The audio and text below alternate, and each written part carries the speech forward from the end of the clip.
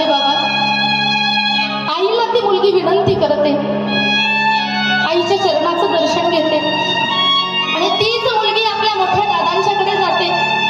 दादांचं दर्शन घेते, सांगते, दादा तू आता मोठा झालायस ना, तू कामामध्ये आपल्या बाबाची मदत करत जाऊ,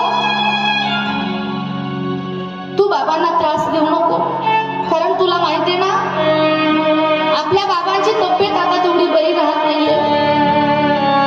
तुला माहितीये ना बाबाला एक अटॅक येऊन गेलाय.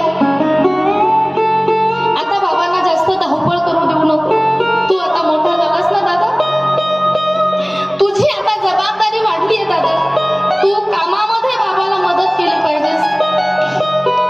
ती मुलगी त्या बाबाला दादाला त्या ठिकाणी विनंती करते आपल्या बापाच्या काळजी पोटी.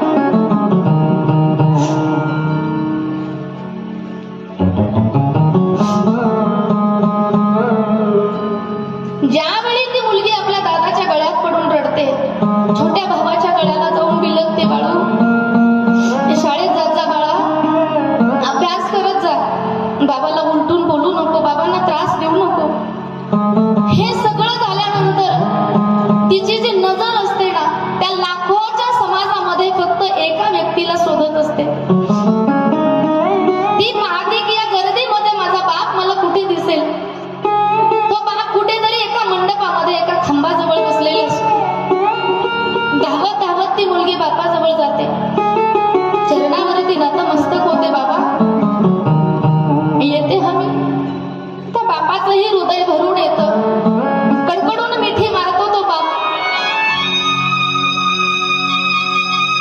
कितीही पाषाण हृदय जरी बाप असला ना, एरवी पुरुष कधी रडत नाही.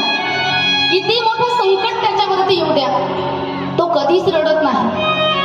पण कितीही पाषाण हृदय बाप असू द्याकडे, त्या दिवशी तो रडल्याशिवाय राहत नाही, ज्या दिवशी त्याची मुलगी सासरी जात असते. रडतो तो बाप. मुलीला वाटी लावत असताना तिला काही उपदेशाच्या काही गोष्टी सांगतो, हिताच्या गोष्टी सांगतोय, बाळा